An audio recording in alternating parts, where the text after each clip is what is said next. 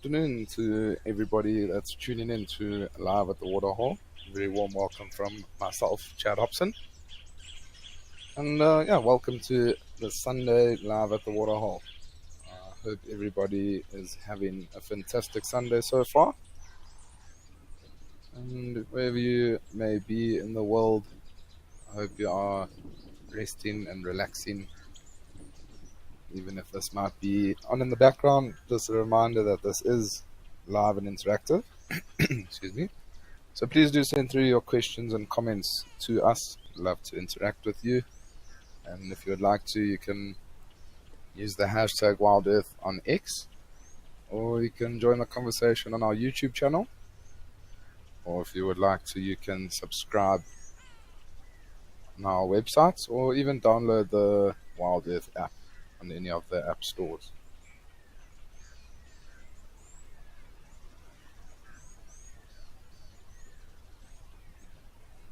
So we're starting out at Tau Lodge, which is in Badikwe Game Reserve, and it does seem like the wind is up in most of the country for now. I know there's a cold front coming into South Africa, so I think also there might be some weather that's coming in.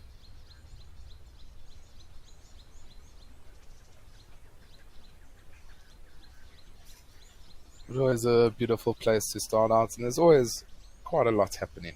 And look already. Got two beautiful elephant bulls, herd of waterbuck, as well as some wildebeest that have all wandered down to the water.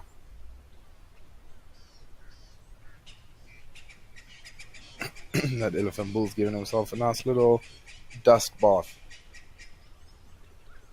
Don't think on a day like today these elephants are going to be cooling themselves down too much with the water, so I might just be using that dust to try and get rid of the parasites that might be in between all those nooks and crannies of the skin.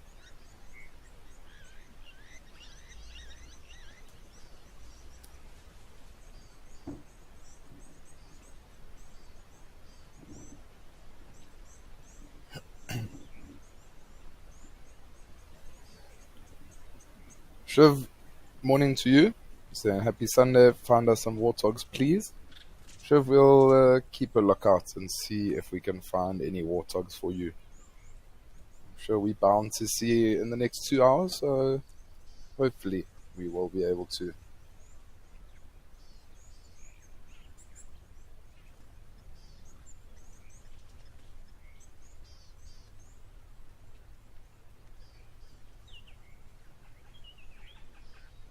Sonny Thompson, you're saying, do predators at a waterhole hold back from attacking prey drinking at the same time?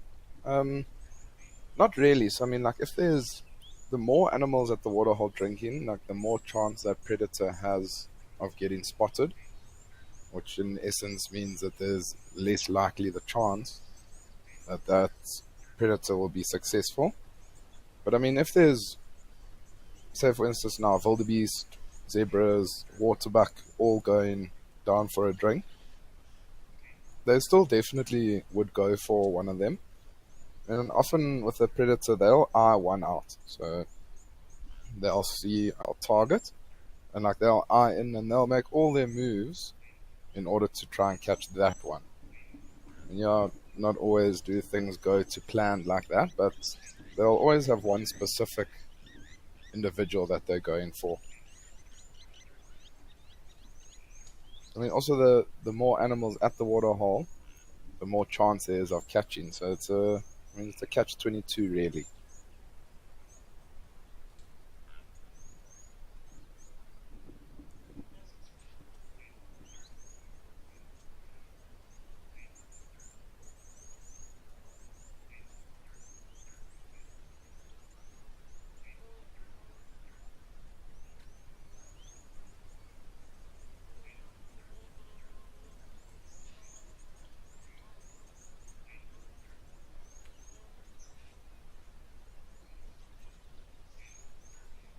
Everybody seems like they're in a very happy mood today, even the animals.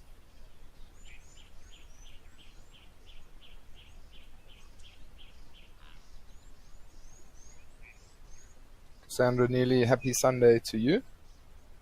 And Juliet, you say morning, Chad. We actually have sunshine here in the UK today, although it's windy. Looking forward to seeing some amazing animal sightings. Hope you have a great one. Thanks very much, Juliet. And I'm very happy to hear that it is sunshine out in the UK. Normally, it's in Joburg at the moment, or in Johannesburg at the moment, it's UK weather. Very overcast, cloudy. Looks like it is going to rain. Oh, have a look at the wildebeest and the waterbuck chasing one another around there.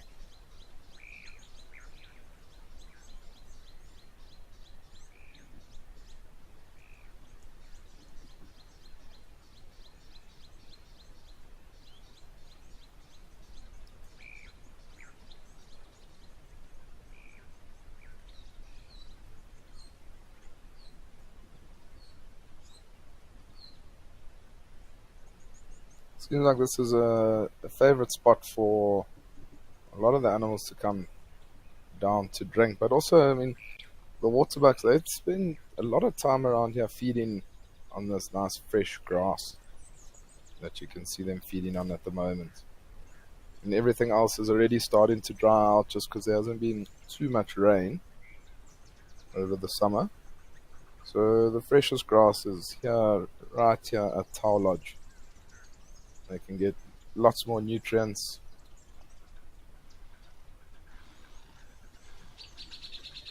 I think that's also one of the reasons that we might see quite a lot of different species around here. They're coming to get the freshest nutrients they can find.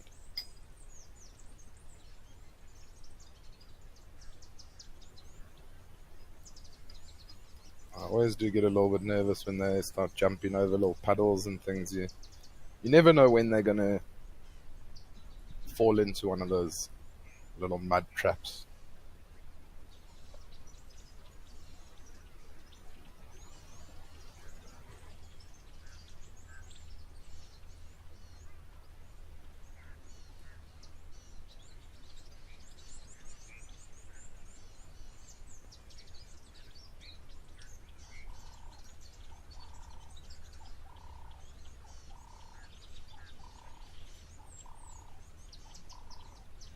Raymond, you're asking, are they not afraid of the crocs there? Raymond, I think the animals are always very, very cautious wherever they're moving. I mean, even if they're moving through an open grassland, they're still looking left and right. So I'm sure these waterbucks know they are in danger. They'll be keeping an eye out. You can see they feed and then they lift their heads up, they look around, they feed, then they lift their heads up again. So, I mean, they are always very alert.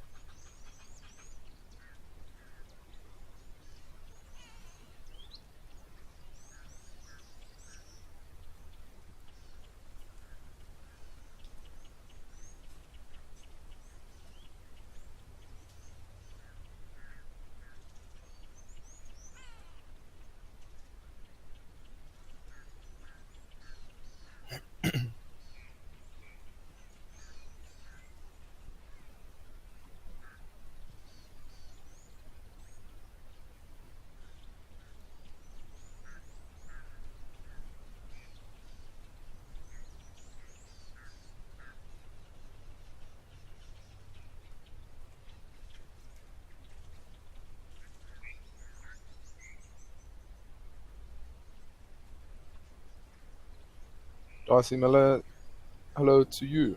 Saying hi, Chad. Maureen, how are you saying good afternoon? Good afternoon, Maureen.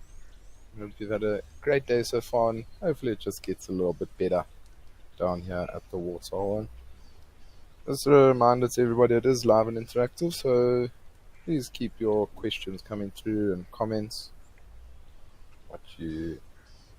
If you might want to know anything safari related, I'm here to answer your questions.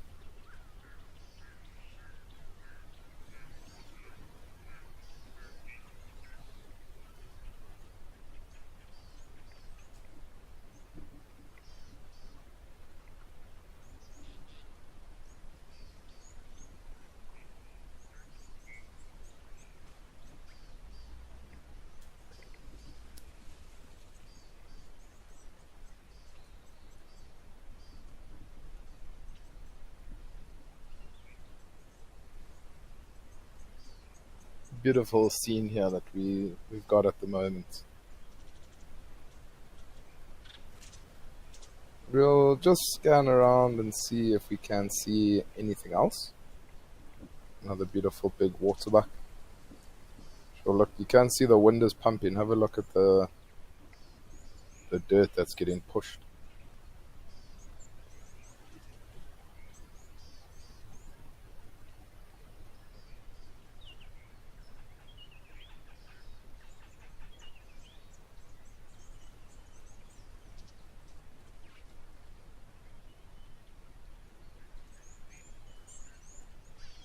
It's amazing how this waterhole has dropped drastically over the last month.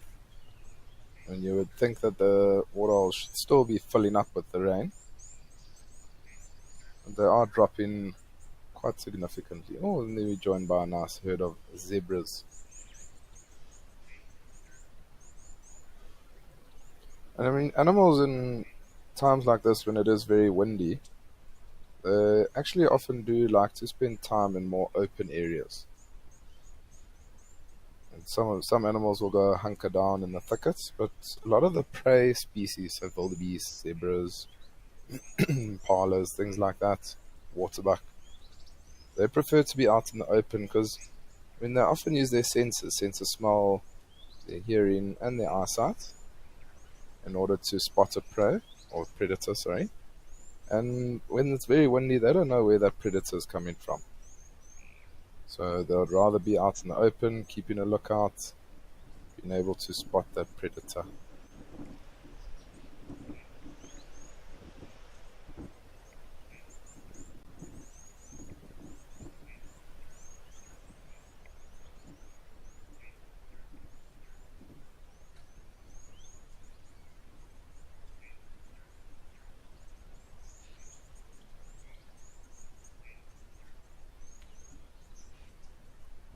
It's a good time for predators to hunt during the wind. So maybe we'll have a predator somewhere along the line today, and that would be fantastic. Those young wildebeest have the zoomies. Meow, meow.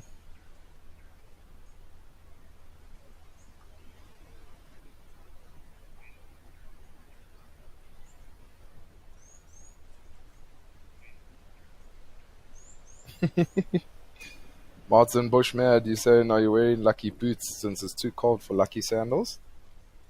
Martin, thank goodness I'm inside. So I'm indoors, so it is nice and warm, at least. I do have a nice jersey on. I don't have lucky boots on. When I was getting dressed this morning, I did see those lucky sandals and I just thought very much of them. I know exactly where they are, so hopefully they do bring us some luck.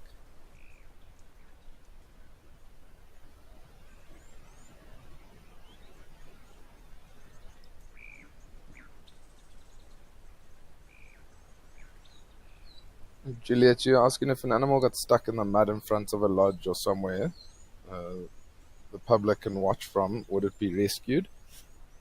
Juliet, so often I mean, we don't like to intervene at all with nature. I mean, we want nature to be as natural as possible. The only time people will often intervene or conservationists will intervene is if say for instance there's an injured lion and that lion is around the lodge and has been spending time around there, can't really walk, and it's going to take any opportunity to try and hunt, and that then becomes a danger to the staff as well as the guests. That's when they would intervene.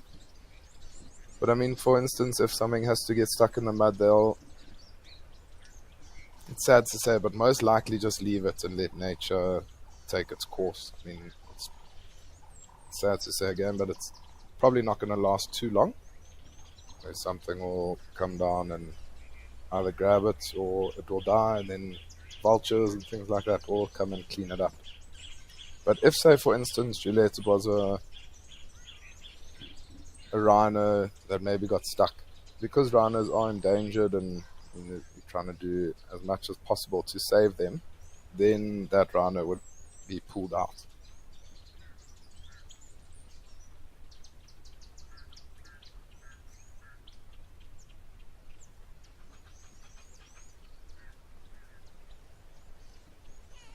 Soul Shatter PWI saying these zebras are wearing Go Foster stripes. I think they're wearing Go Foster stripes as well as the wildebeest. They've also got those stripes on. Very, very fast. And it's amazing, I mean, just to see the speed there and to think about like how a lion's able to run after it and catch it. Nature is just incredible. Maureen, how are you saying that it's a predator buffet down there? It is indeed. But you know, Maureen, I mean, you do say that, and it is 100% a predator buffet, but it's a very tough area for animals to hunt. I mean, if you think about how far the water is from the tree line, I would guess probably over 100 meters, maybe 150 meters. So it's probably somewhere around like 300 yards for those in America. And I mean, animals like even cheetahs, lions, leopards, they need to stalk up to their prey. They'll actively hunt it. And so, I mean, they're going to get seen quite early on here. So they're not really going to waste their energy in order to hunt here. What they might do is sit in the tree line, waiting for something to come closer to the tree line and then go after it. But you wouldn't necessarily just see something running straight from the tree line.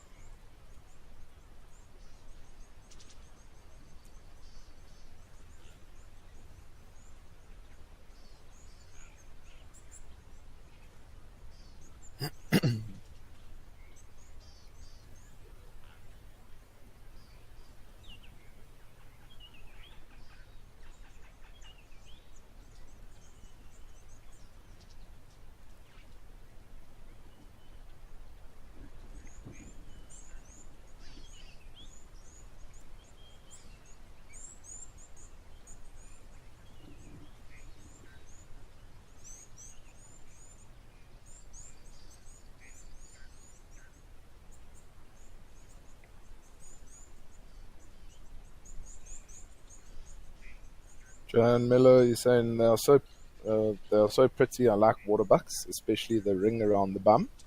They are very, very pretty antelopes. It's almost like a shaggy donkey, like a wild donkey, except with that ring around the bum. Excuse me. See, got a bit of a frog in my throat today, so apologies if I do just clear my throat every now and then. Then maybe with this change in the season, going into winter or autumn, a couple of germs floating around.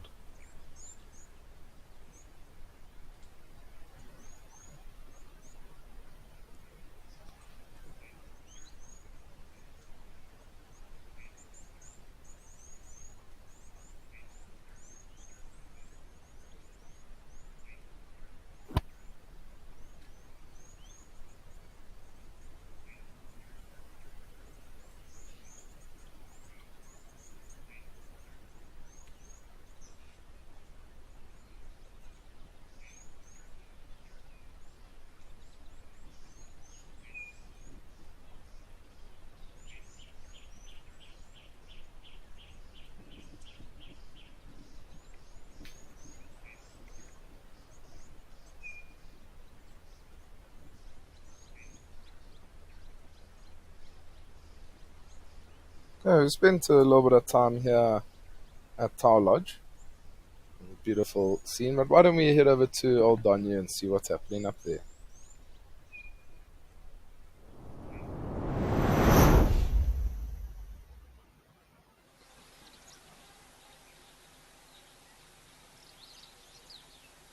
Shiv, I thought we were going to be lucky with the warthogs, but we even luckier with the beautiful herd of giraffe coming down to Old Donyu to drink. Let's hope there's no elephant that runs out of the bushes and chases these giraffes. Amazing sighting that happened here at Old Donyu the other day with that elephant bull and the giraffe. Fortunately, the giraffe didn't survive. And I believe there was a pride of lions that was feeding on the giraffe, and they came actually down to Old Donyu to drink a few times.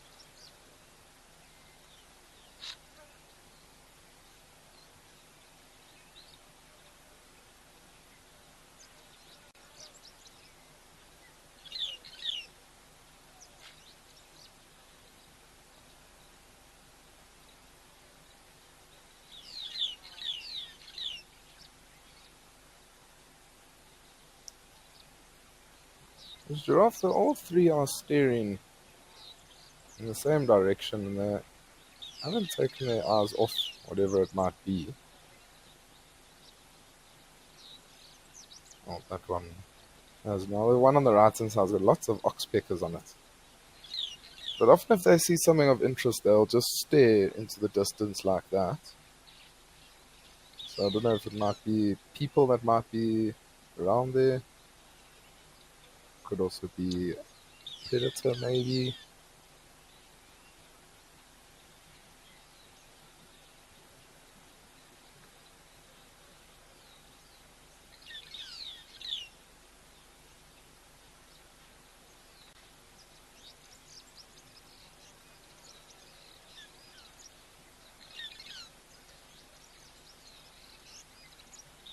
But also giraffes, they are very, very vulnerable when they do come down to drink. I mean, if we are lucky enough to see this giraffe drink, you'll see how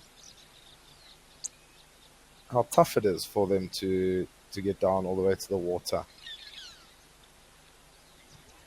So I mean, they're very vulnerable when they are down there. So they also want to make 100% certain that there's no threats around before they do then take their mid or their afternoon drink.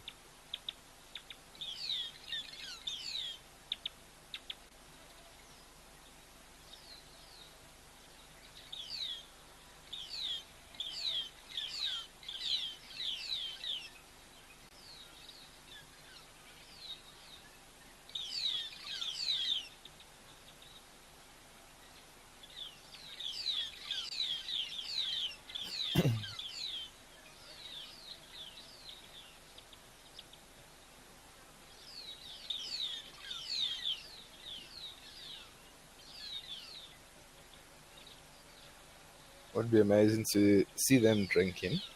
It's always a special sight to see.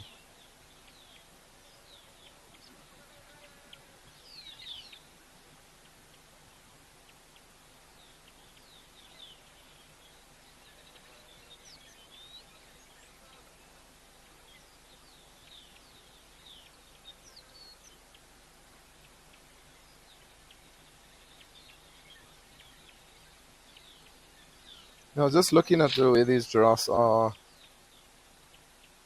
looking, it might be that there's people in the hide that are maybe moving around or talking, because there is a hide just off to the left-hand side of where the camera is.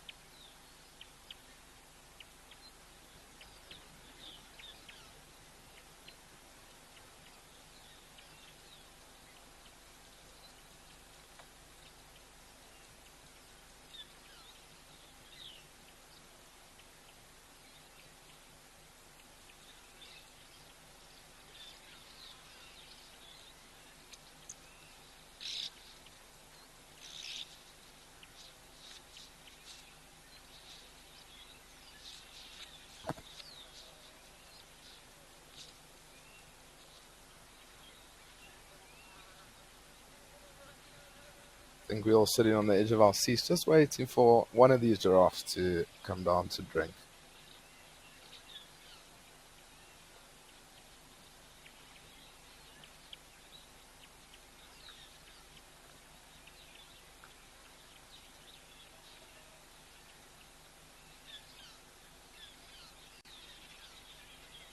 And on Gold saying hi, Joe. Great to be with you for some lovely sights today. Happy Sunday. Happy Sunday to you, Canon Gold. Hope you are enjoying the show and hopefully you'll have some incredible sightings.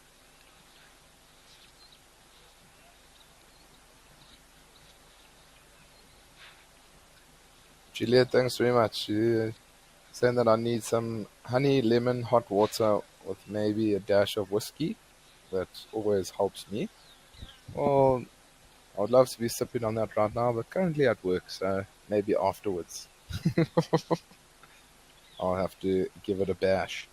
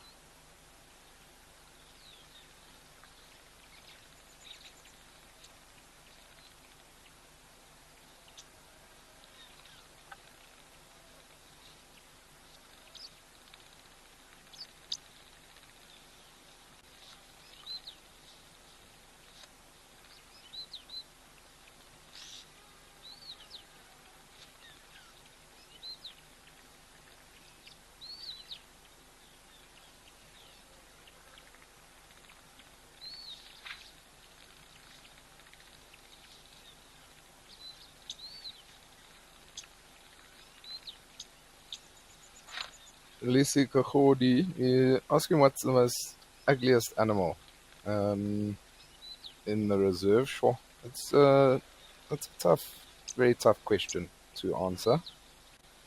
Because like some people think, oh, hyenas look ugly. Some people think warthogs look ugly. Some people think um, wildebeests are ugly. So everybody has their own opinions on the ugliest, but shame they don't pick the way they want it to look. I don't like to call any animals ugly.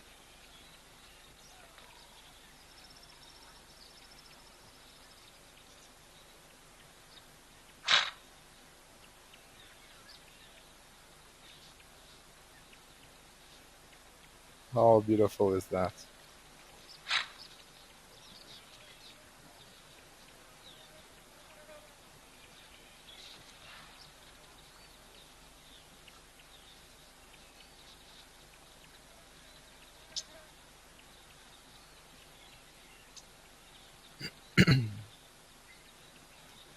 Patsos McGargan saying, hi Chad, is this giraffe pregnant? So, Patsos, it's very tough to tell if a giraffe is pregnant. I mean, they are a very big animal um, from the start. And like I mean, only towards really the end of the pregnancy can you tell. And the mammary gland starts swelling up. I'll try and have a look. I think you are referring to this one on the left that's drinking now. Because that is a female. The two on the far left-hand side are both females. And then the two on the right are younger males.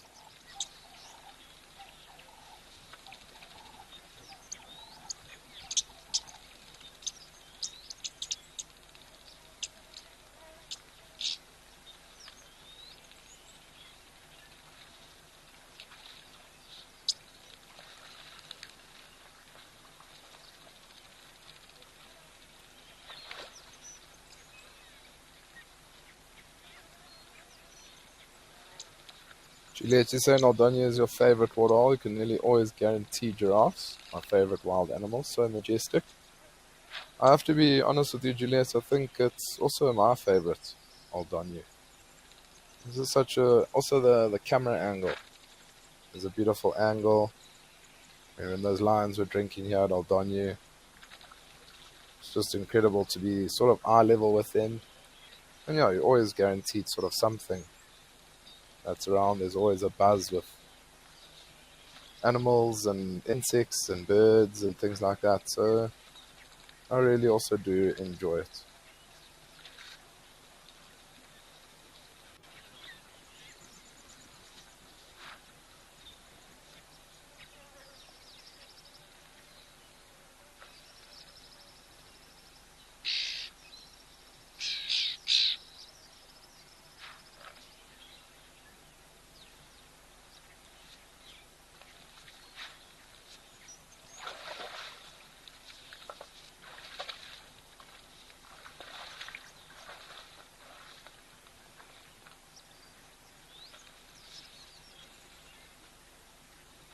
I know these giraffes are beautiful, and it was amazing to see them come down to drink. But why don't we head over to Rosie's pan and see what else has come down to drink?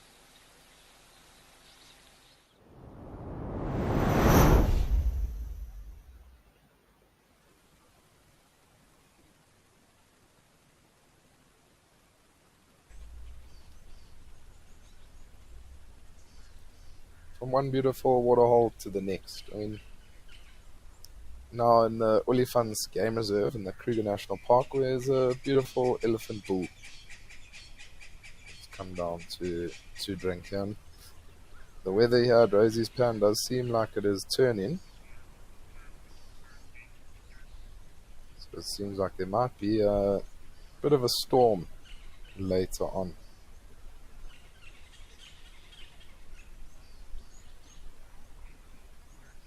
We can't say no to any rain that we get now because this is nice late rain. Any little bit of moisture that hits the earth's surface, we are very blessed and very grateful for.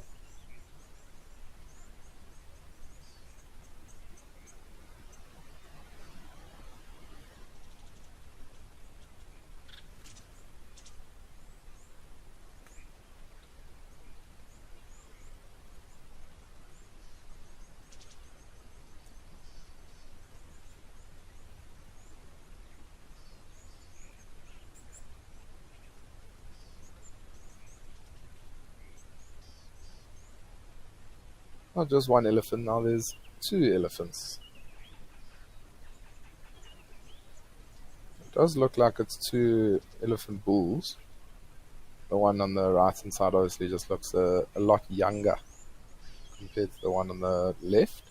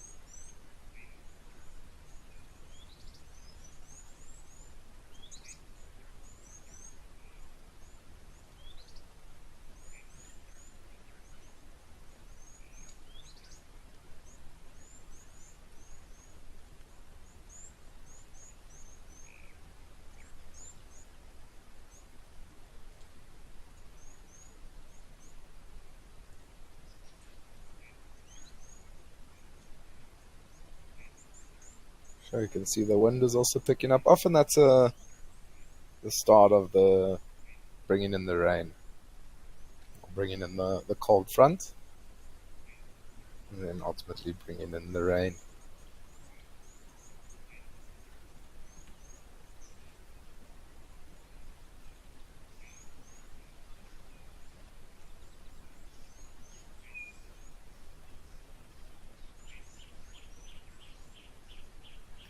I was just saying a little bit earlier that you'll often find that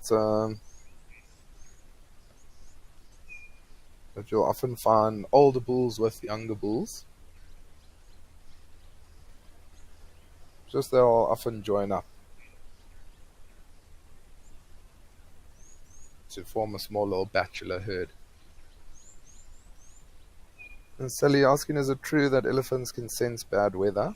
I would 100% say yes. They definitely can sense bad weather. When I was working up in Zululand in Punda Private Game Reserve, whenever there was bad weather on the way, the elephants would always go down into the southern parts of the reserve. There was just lots more grass available down there, a lot more water, and because of the rain, a lot of the grass would have a lot of moisture in it, and it's easier for them to feed. And literally, like even the day before the rains come, the elephants all just literally turn wherever they are and start heading down into the south. So we always knew when there was some weather en route.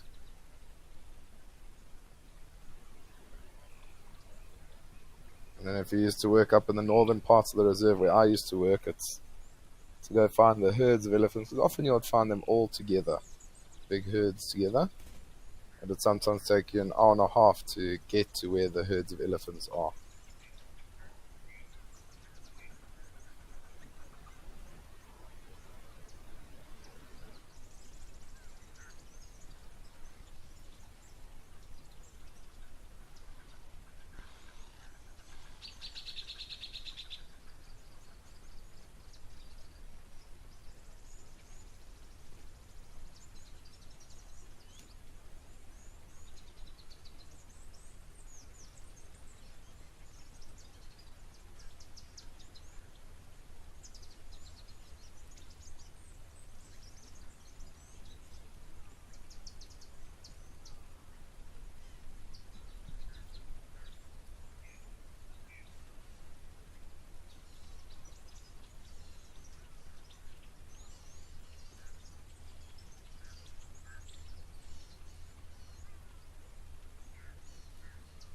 The thing is, these elephants do wander off into the bushes, maybe to go get away from this wind and probably the rain en route. Why don't we head back over to Old Donyu and see what's happening?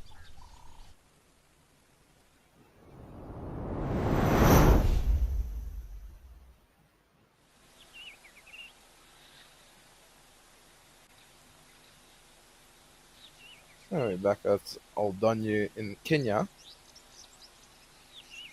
It seems like some of the giraffes have moved off, but there's still one in frame.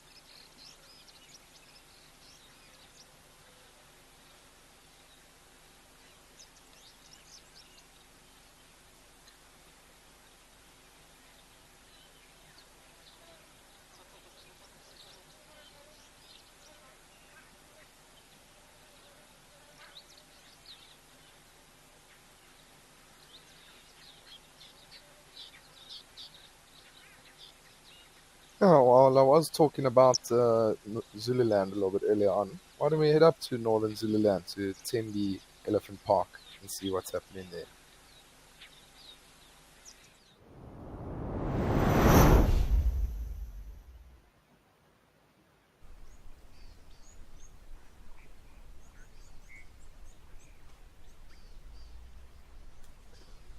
Welcome to Tembe. We're joined by a small little herd of nyalas. Such a beautiful little antelope. Beautiful colors and stripes. Tembe is always a favorite one of mine to just come to. It just brings back all the memories from where my guiding started. 'Cause I qualified as a nature guide in 2015 at Tembe Elephant Park, where I did my Fagaza assessment. So it always definitely hold a special place in my heart.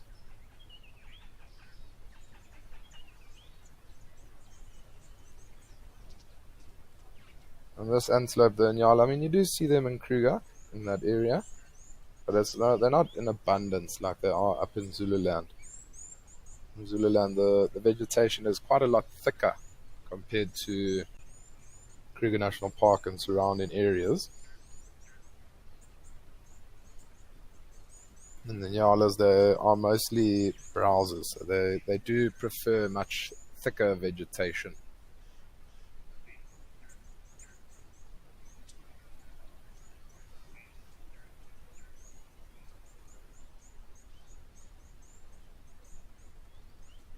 Everything that we seem to cross to doesn't want to be on camera today.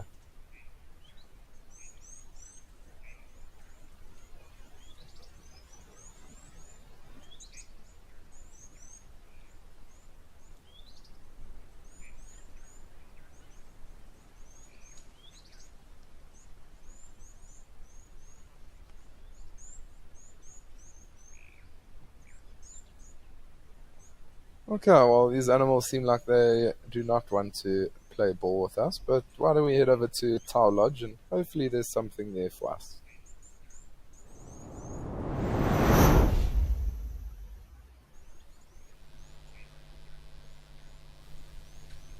Oh, our trusty water bucks. They're always there when you need them.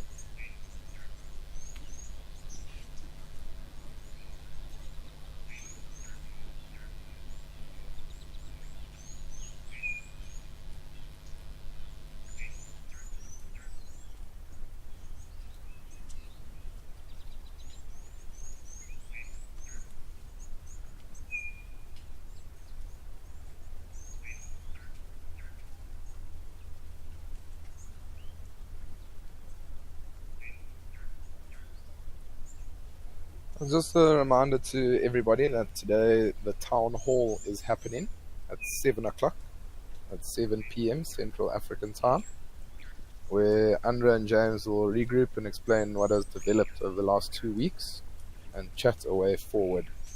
So that's 7 o'clock today, the 7th of April. Please do tune in and see what James and Andrea have to say about what's developed over the last 2 weeks.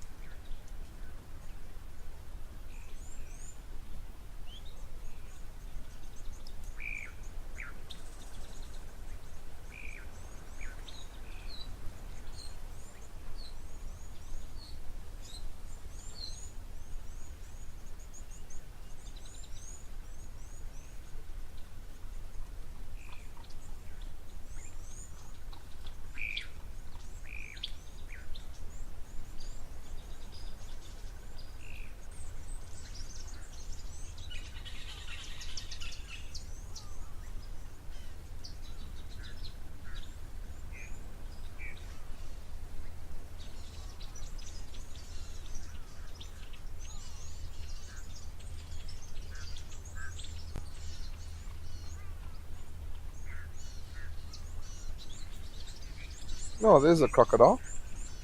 Just saw it now at the bottom of the screen. It's not too far from where the waterbucks were feeding a little bit earlier.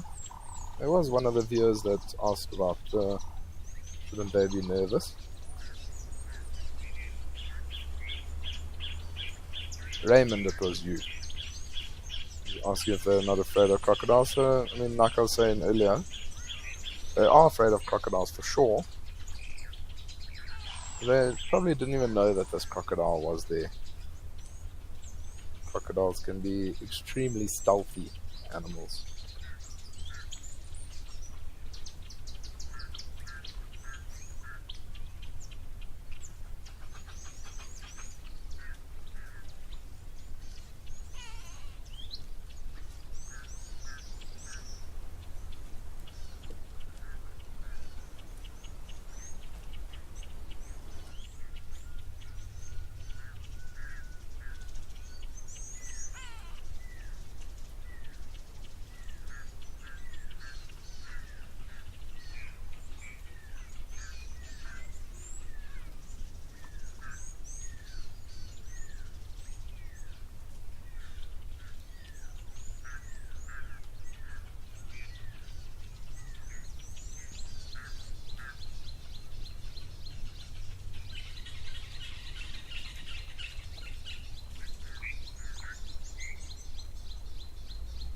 think this crocodile is trying its best to get the little bit of sun rays that there is around. Try and gain a little bit of energy.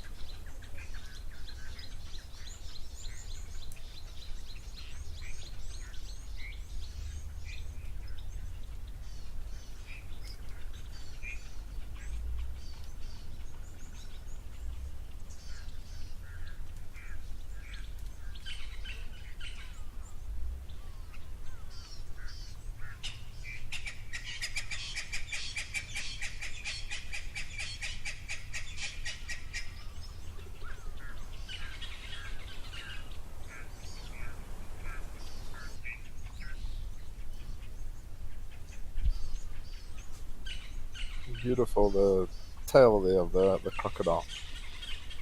It can always be a little bit scary if you are like driving a boat or along the bank of a river and you just see this tail moving side to side, you know. Okay, there's a seriously big crocodile somewhere there.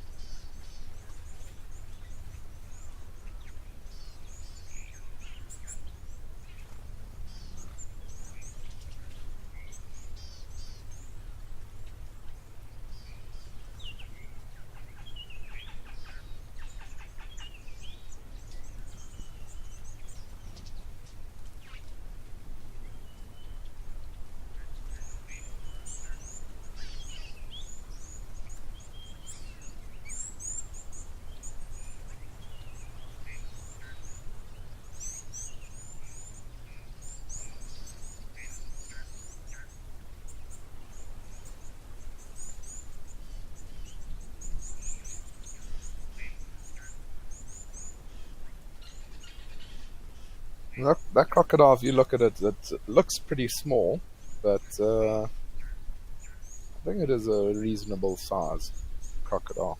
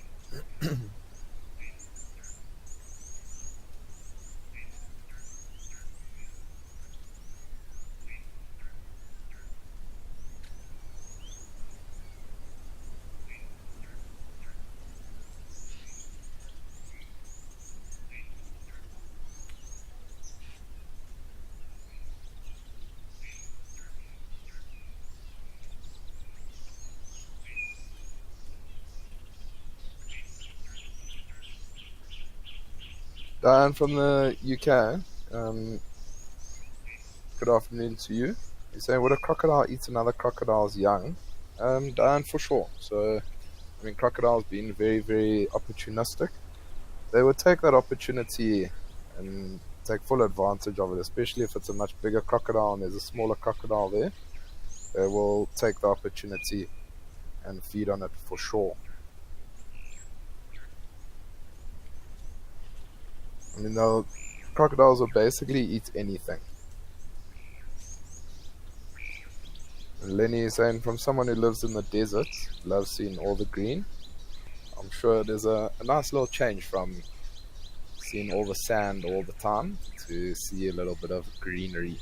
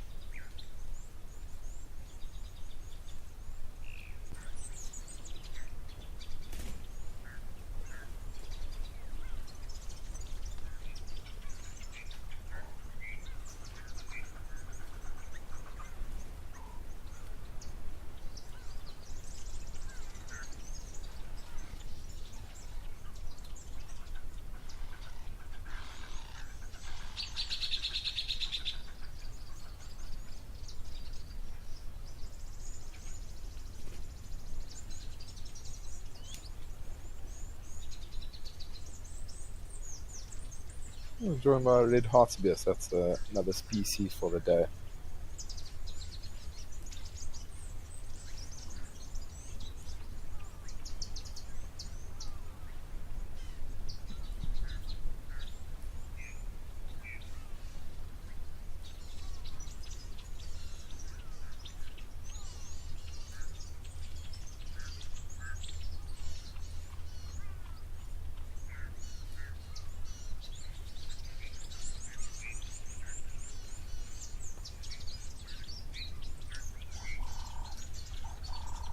Kanangul, you're asking, do waterbuck have a similar coat and texture to reindeer? So, I mean, a lot of the antelopes have a very similar coat to each other. But the waterbuck's coat, I don't personally, like, I've never felt it, but apparently it's quite coarse. Like, the hairs are quite rough compared to all the other antelope species. They also do produce this mucus in their skin when they're here. And it actually releases quite a horrid pheromone. So if you even driving, you can often smell that there's waterbucks up close somewhere around.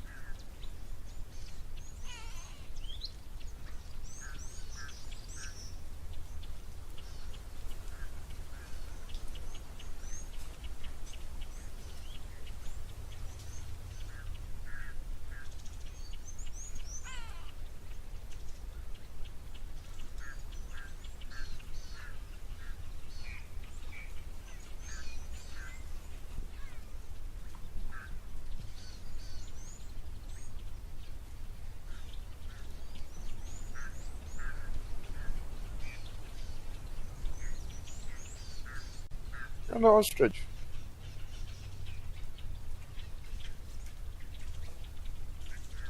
We just keep adding and adding and adding.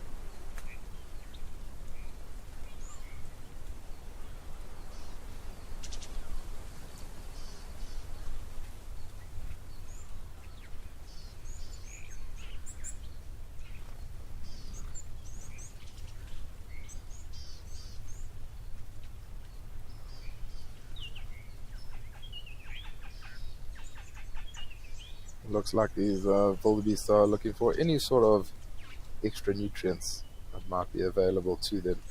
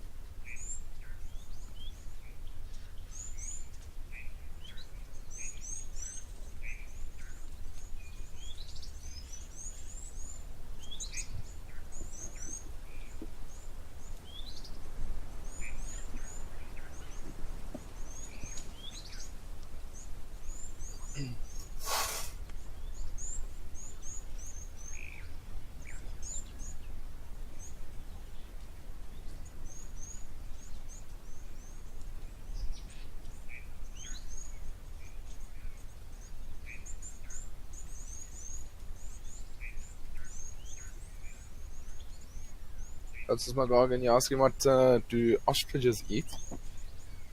The ostriches, they are omnivores, but their main diet's anything leafy green. And some of the flowering plants, the seeds from the grasses, any succulents. They'll sometimes feed on like any berries or fruits that might be around, and then also they'll feed on sometimes like little insects that they might come across while feeding or while moving around. So they can pretty much feed on most things.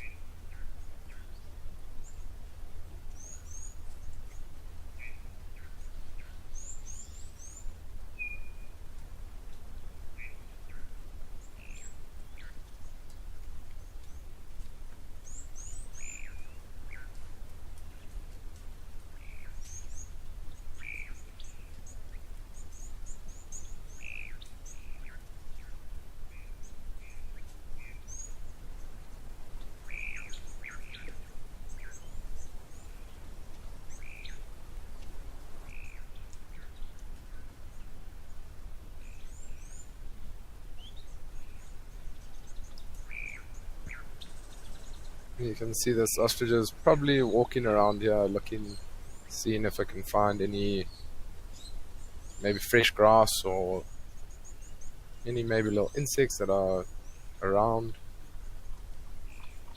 Let's have a look, see if it does feed.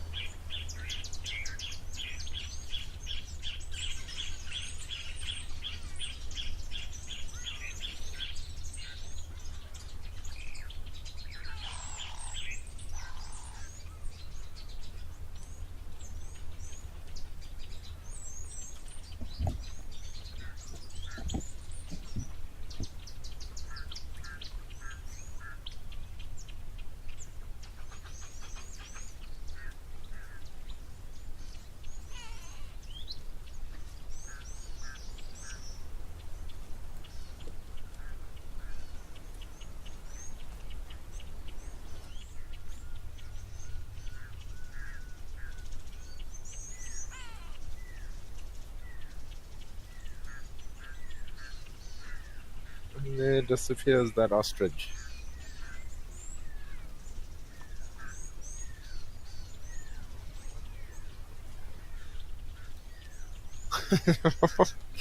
Back to our trusty water bucks. Oh, maybe. Oh, thought there was going to be a little bit of a argument there between these two water bucks. I mean, you can see they're very similar ages, just by judging by the horns. And so you'll often find, I mean, it's a harem, so it's one male to many females. So it is a little bit strange to see both of them together here.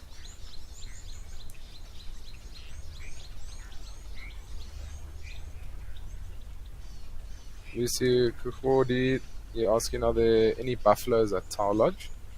So there are buffaloes within Madikwe. So Madikwe is a big 5 reserve with cheetah as well as wild dogs. So there's chances of seeing them.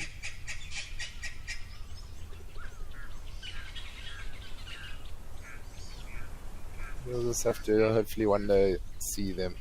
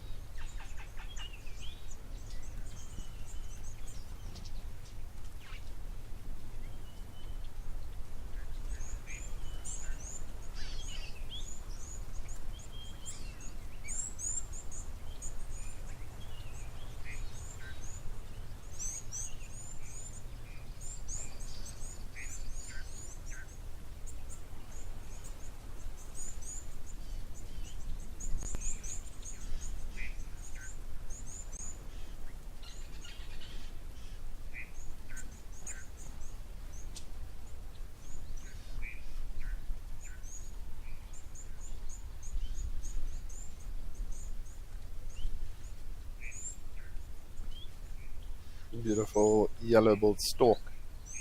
And it almost looks like the animals are trying to hunker down from the colder weather.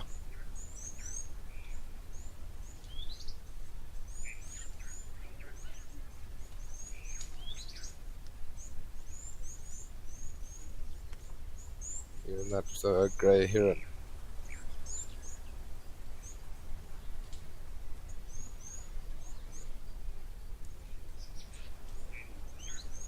It's preening itself, keeping itself nice and clean and pristine.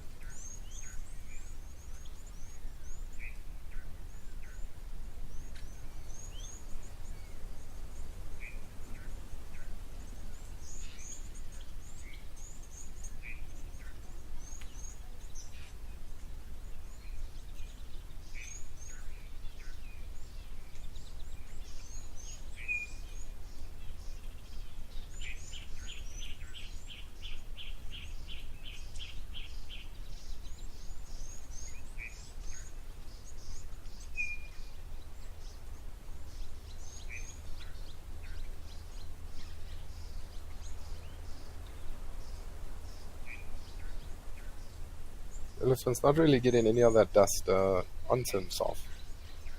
Throwing it up and the wind's just blowing it.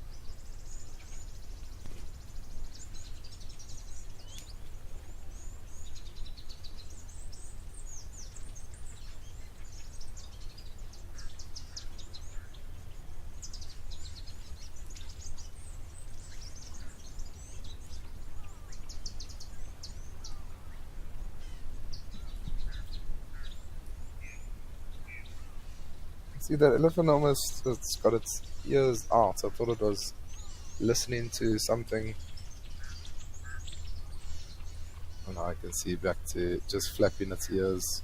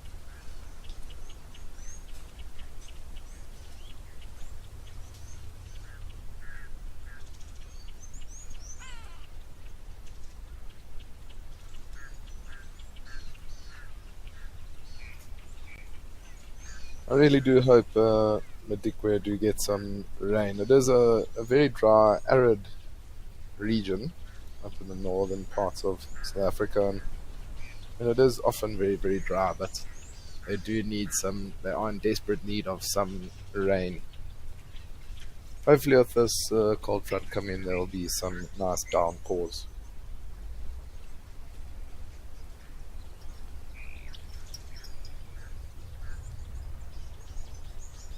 But you're asking, do elephants lie down on the ground to rest? So, well, a lot of the younger elephants, they will often lie down on the ground to rest, just because they're a lot smaller compared to the bigger bulls and things. But as they do get older, it's a lot tougher for them to be able to stand up. Um, so, like because of the weight, like they need momentum to get up. So you'll often find that they'll lean up against a fallen over tree or lie down on like a 45-degree riverbank or something like that. But you don't often see them lying flat down.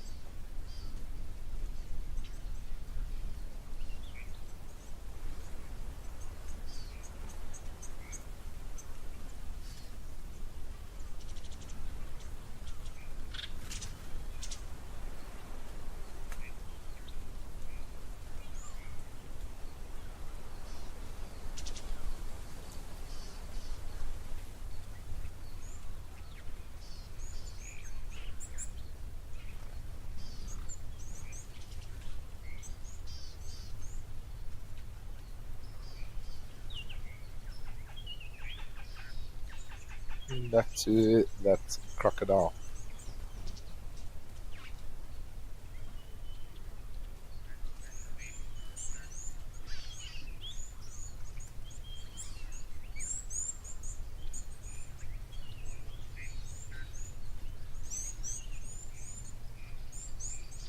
Beautiful textures also on the crocodile.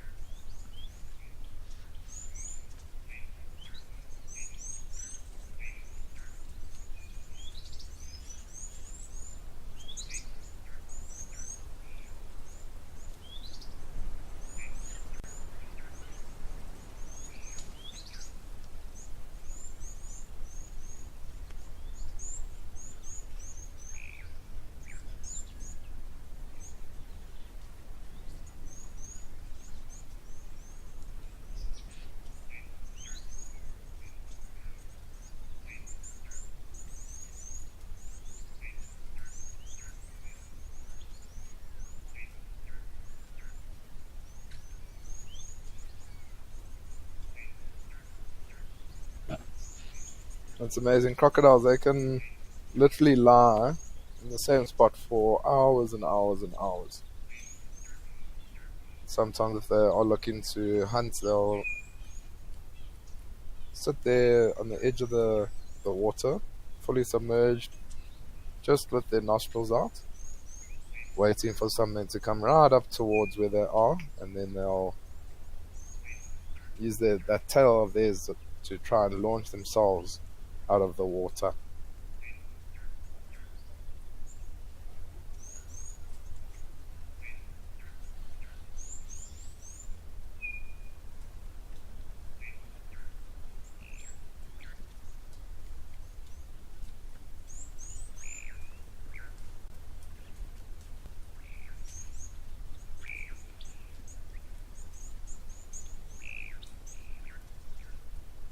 Okay, so I think let's leave Tower Lodge for now. Let's head over to Old Donyu and see if there's any special birds.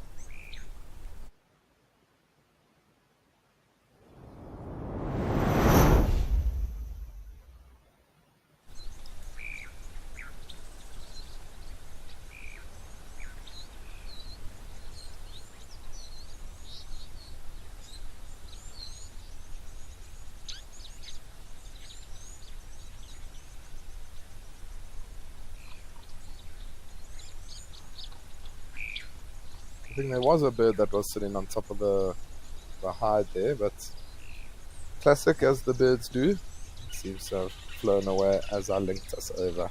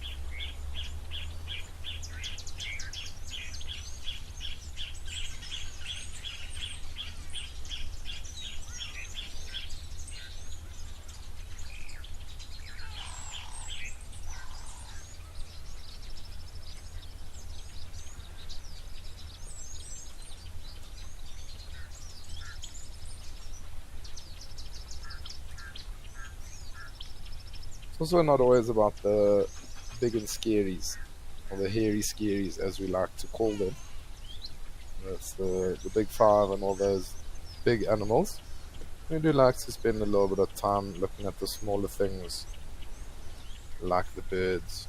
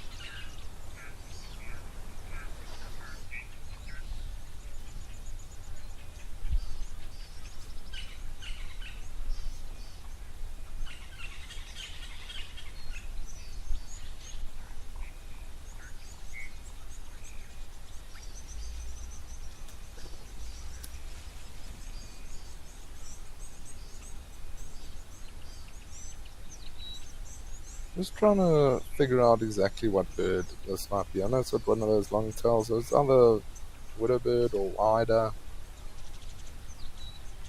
One of those two, but it's also quite tough just to see with the sun's in the wrong place, the colors of this bird.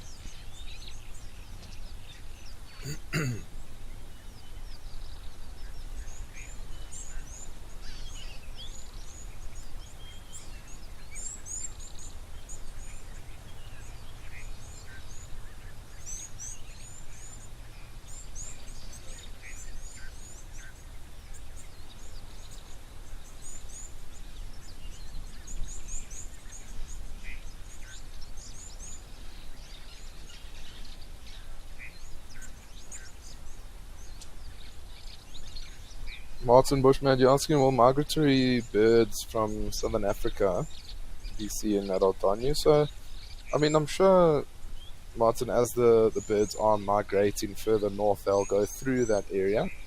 But I think they'll go a little bit further up north into Africa, the intra-Africa migrants, which is the migrants that are that stay within Africa, but obviously go further north when it does get too cold in southern Africa. So I'm sure you'll get some of them that spend a little bit of time around there, but most of them will go much further north into Africa.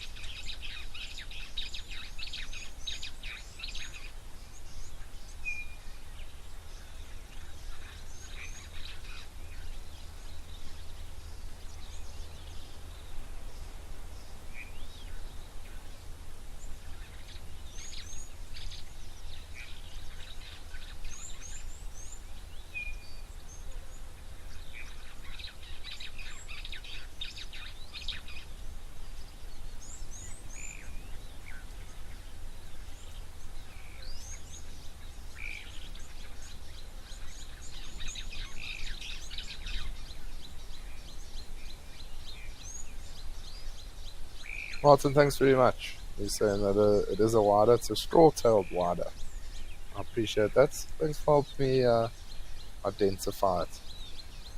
My birding up in Kenya, I'll be very honest with you, or up in northern Africa isn't the greatest. I haven't spent any time up there.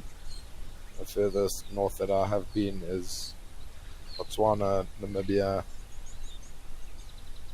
Zimbabwe, and those areas. But I would like to at some point head up into East Africa.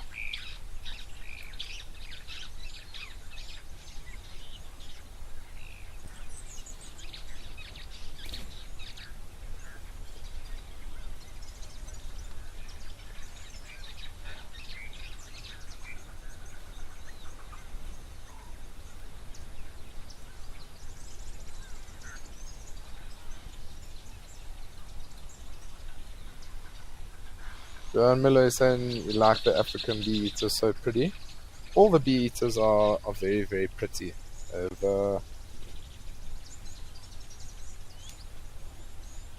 got those beautiful bright colors on them. And we get lots of different bee eaters also around here in South Africa. The carmine bee eater, little bee eater, European bee eater, blue cheek bee eater. There are lots and lots of different colors.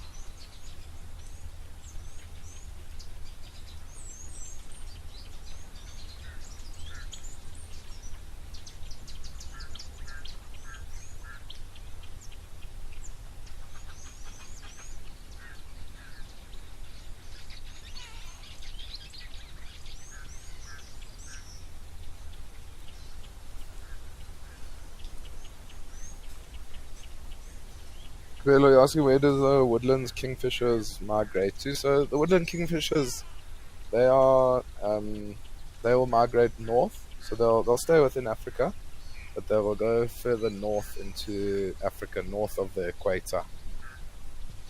So north of, I think they call it the equatorial zone, which is just north and south of the equator. But they'll just travel with where it's a lot hotter, there's a lot more food available to them, and then they'll come back to Southern Africa or South Africa. So now, I mean, a lot of them are gone. There are still some that are here and there. When I was at um, Juma, I was still hearing them first thing in the morning, last thing in the evening. I'm sure a lot more of them have gone since then.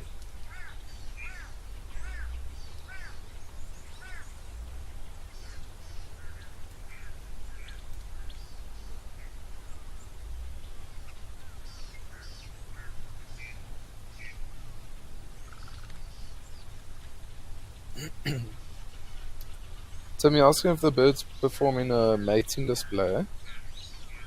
It does look like it is performing a mating display. I mean, flying up and down and coming back. But also, a lot of the birds have already mated and laid their eggs and things like that. They often will breed within the summertime. So maybe it's just trying to find a partner.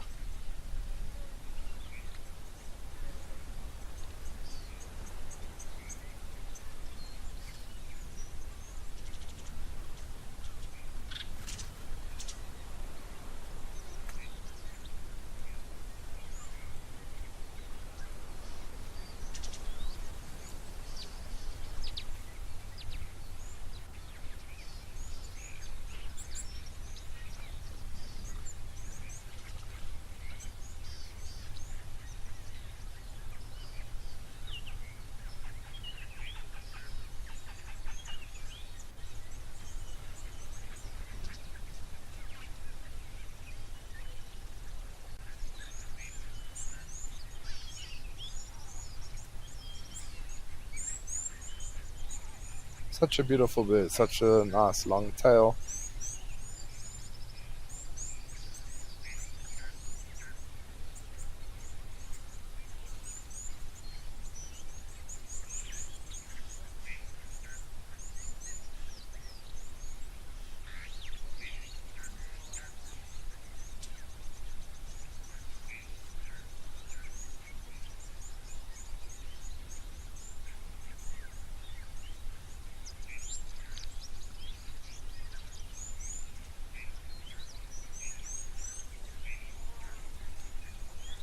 Yeah, I think we've had a good time here with this straw-tailed wider.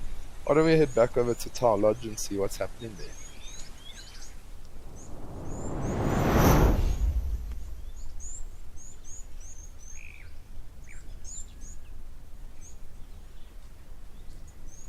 Beautiful big herd of elephants has come down to the water. I think they might have just finished drinking, some of them. How beautiful is that big bull closest to us?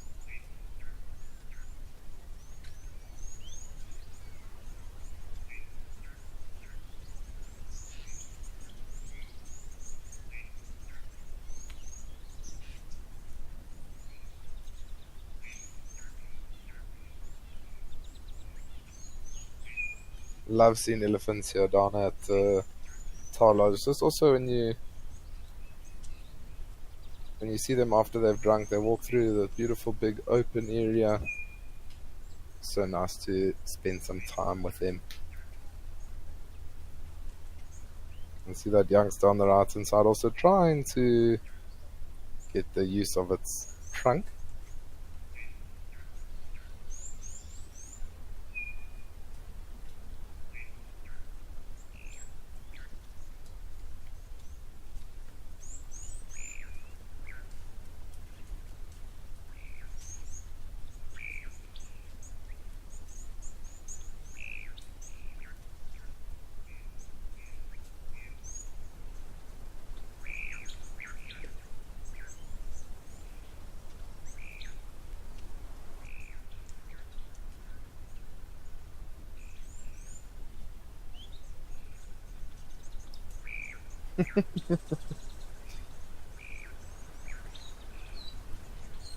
I love how young they. Oh, there's a baby elephant on the ground.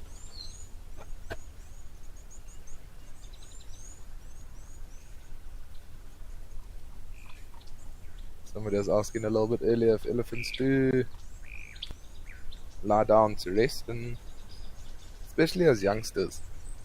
And you can imagine trying to keep up with the elephant herd, much, much bigger than you are. It can be quite tough for them. So whenever they do get the chance to rest, they often then just lie down wherever they are.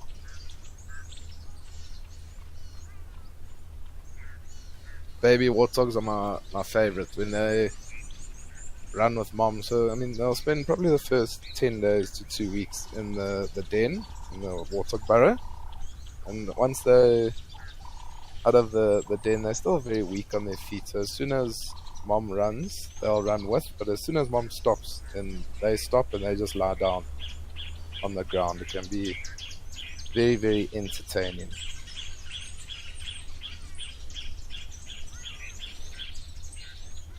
Just to call you saying little one is cooking cute. Very, very cute indeed.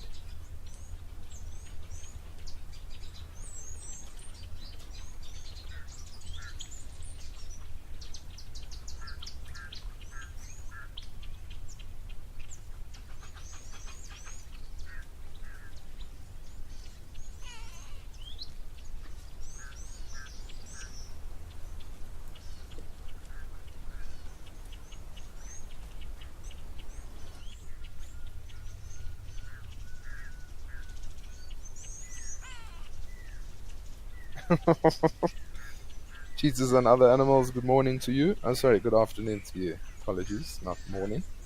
Saying this is highly elephantastic. It's not just elephantastic, it's highly elephantastic.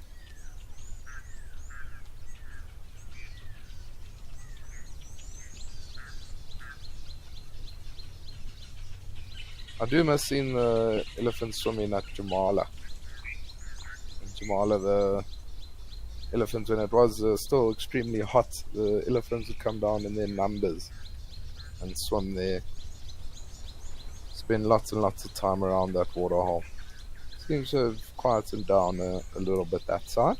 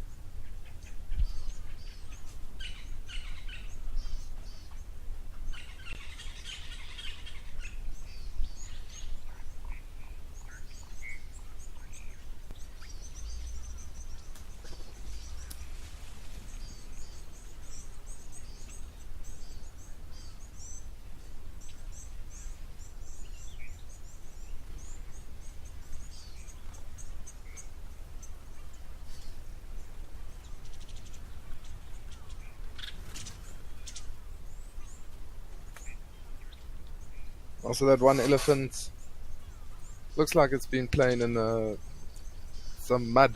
It's very, very rich in iron, very red in color.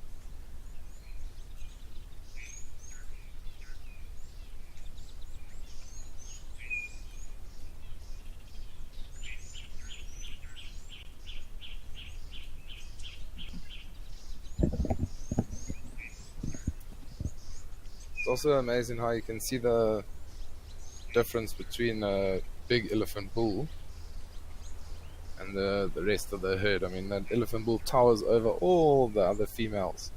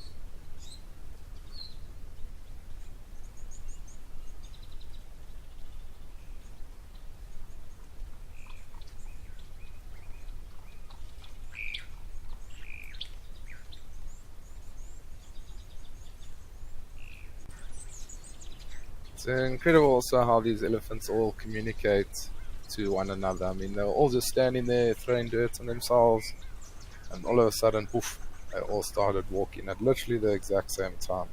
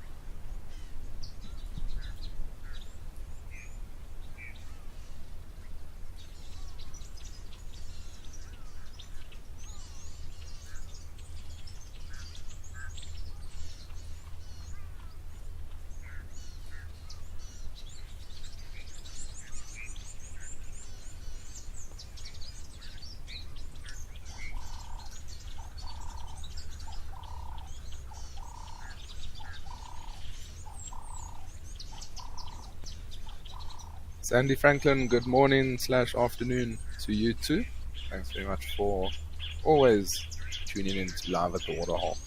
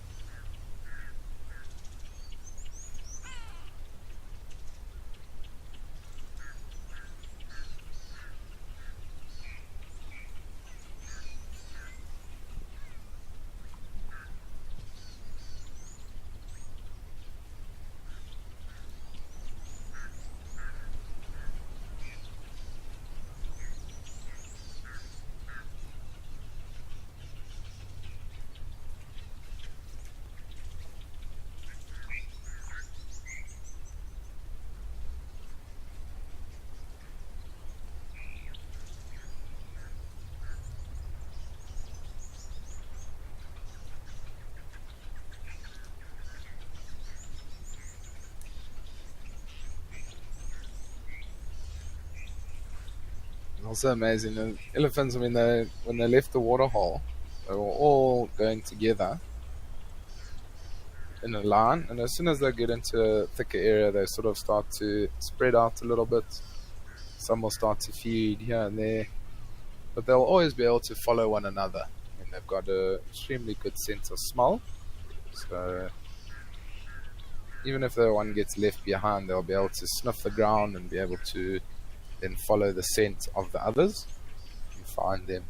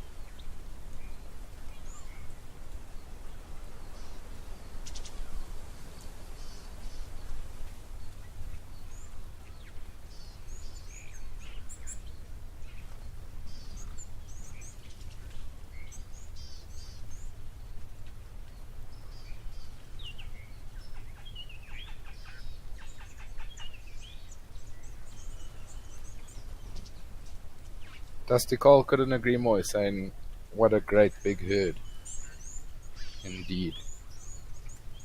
Lovely to see so many elephants together like that."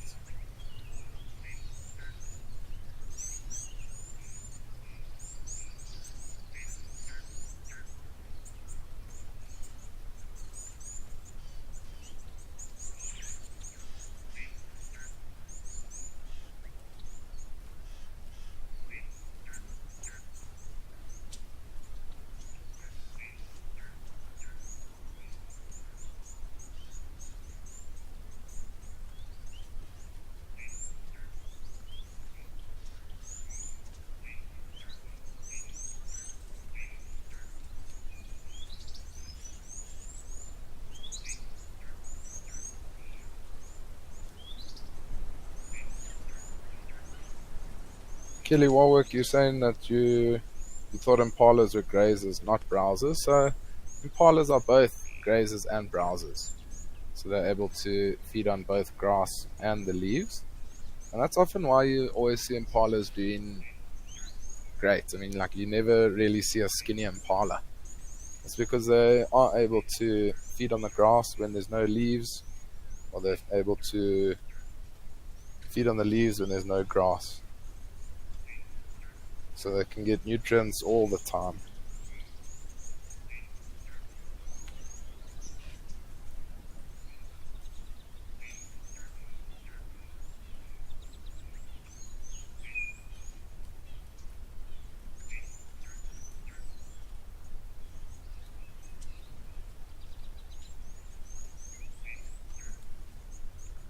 Oh, well, I think we're gonna leave these impalas for now.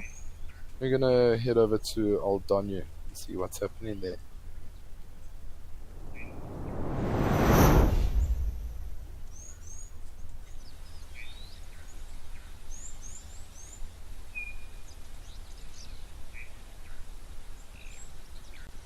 And some more giraffes.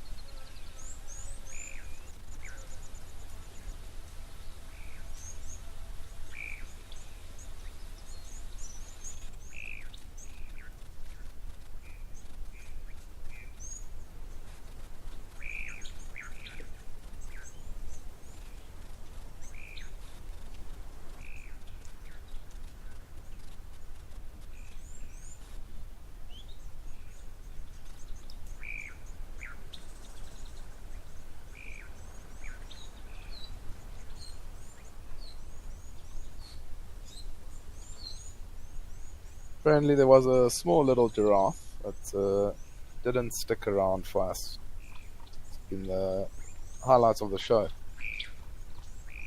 Every time we try and get to an animal, the animal walks away.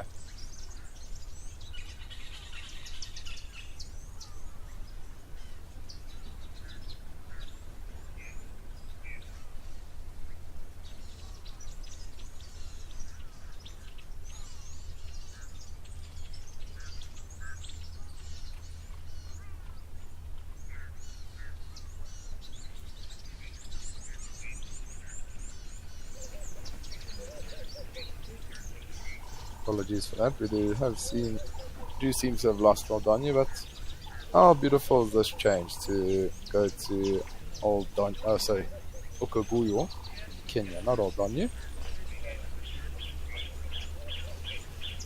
Very different scenery from what we have been experienced to this last little while.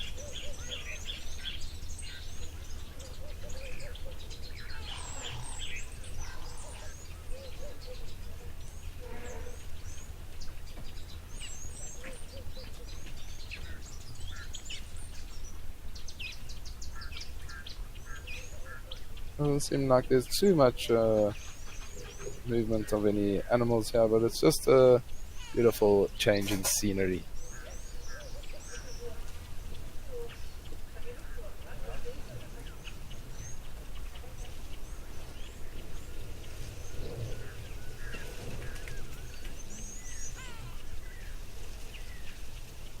A couple of different bird species calling in the background.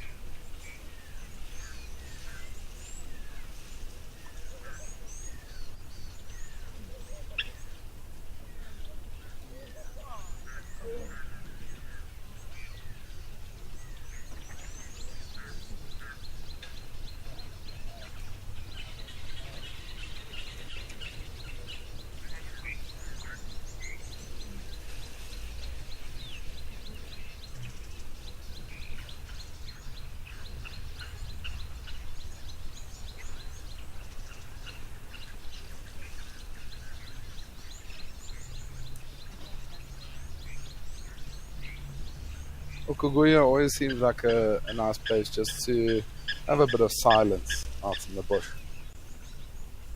Just to enjoy the scenery, enjoy the animals before everybody goes back into the hustle and bustle of their lives tomorrow. So let's just do that. Let's spend the next minute or two just keeping quiet and enjoying the sounds of nature.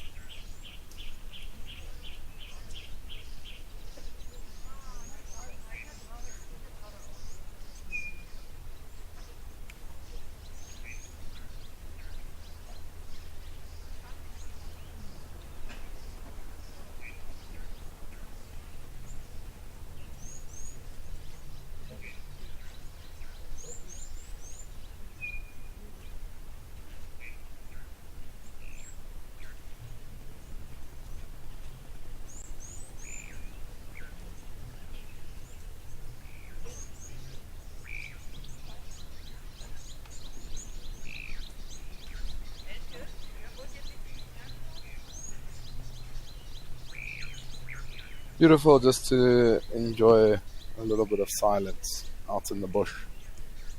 I hope everybody enjoyed that just as much as I did.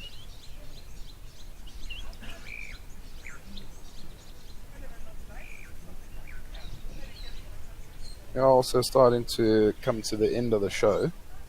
Still got 9 minutes or so, so please do send through your last questions and comments to me.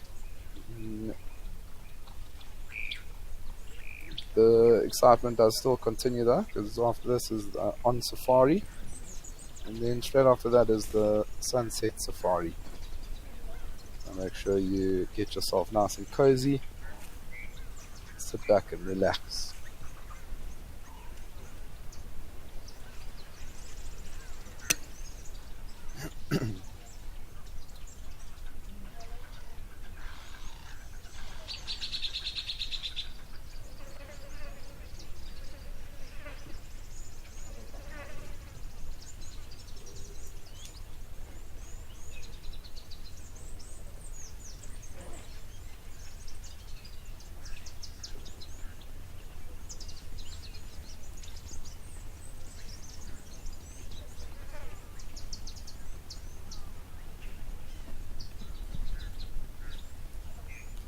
Lady Macbeth, you saying can thoroughly recommend the visit here to Ukuguyo.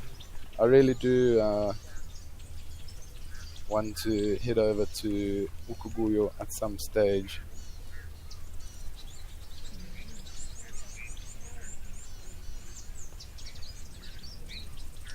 Sure, at some point in the near future, I'll be able to get there. Cheetahs and other animals is saying thanks, Chad, for a splendid time. It's my pleasure. Cheetahs and other animals, thanks for always tuning in. I do appreciate that.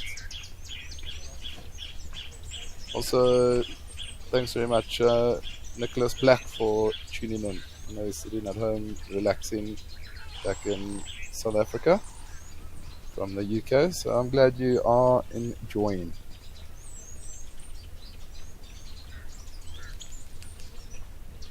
Ryan Dantu also, thanks very much for tuning in to Live at the Waterhole. I know you've really enjoyed this nice, peaceful time.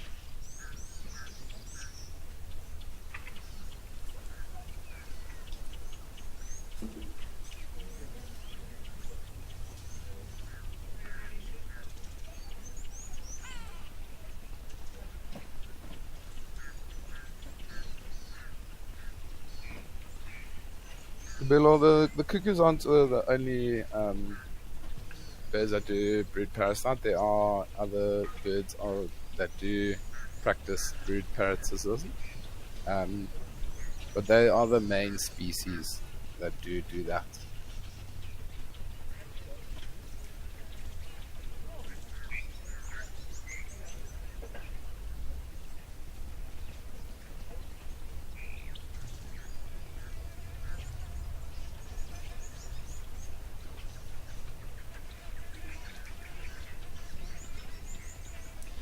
I mean, it's the easiest way to go about things. You don't have to build a nest. You don't have to look after the egg. All you have to do is sneak into the nest, lay your egg, and leave, and your youngster will then be looked after. Very clever way of going about things.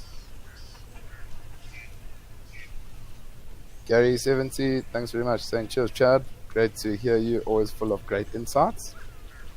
Thanks very much, Gary. I do appreciate that. I'm very glad you have enjoyed it.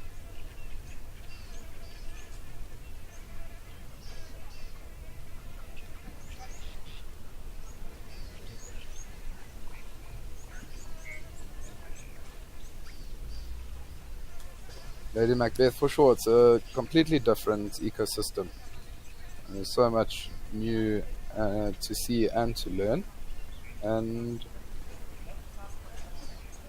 I mean, I was up at Tswalu in the Kalahari, so a little bit further south from Ukuguyo, and I was there for about 4 months. And I loved every second of it, and I learned every single day, and there's so much more to learn. So I'm looking forward to, at some point, hopefully heading back to the Kalahari and seeing what else I can learn from there. Dogman Lover saying, wow, Chad Hobson, how exciting to hear his voice. Hello, Chad. And then he's saying, thanks for answering my questions. I appreciate it a lot. Only a pleasure, Darkman Lover.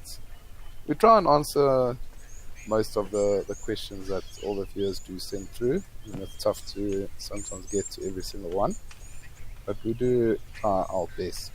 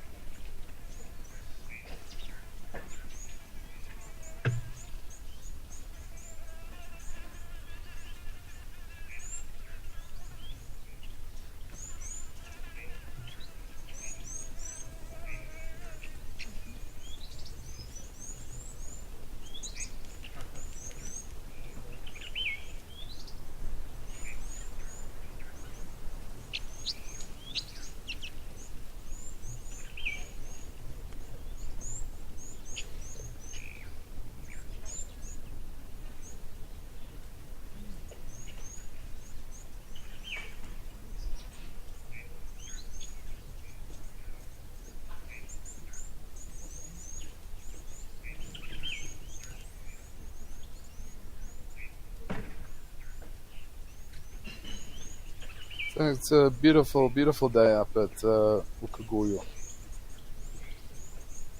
And have a look at the literally not a cloud in the sky compared to everywhere else in South Africa at the moment. It seems like it's overcast, cloudy, lots of wind. But Namibia seem like they're having a fabulous day.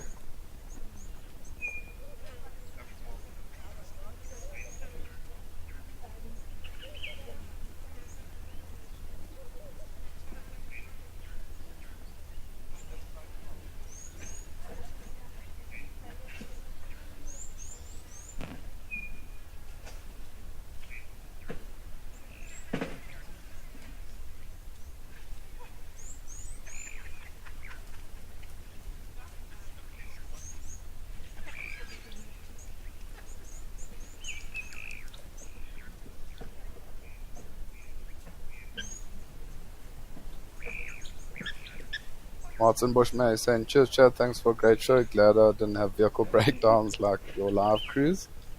Oh, I'm glad I didn't have a vehicle breakdown because I didn't step into a vehicle.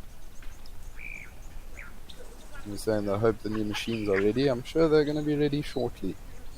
I'm from the UK, saying thank you, Chad. It's only my pleasure. Hope you did enjoy. And I will be on tomorrow afternoon, same time, same place.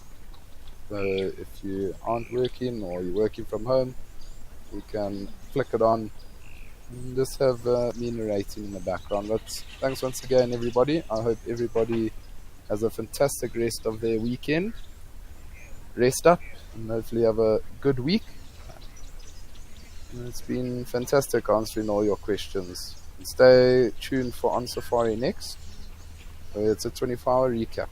Thanks very much, everyone. Have a good one.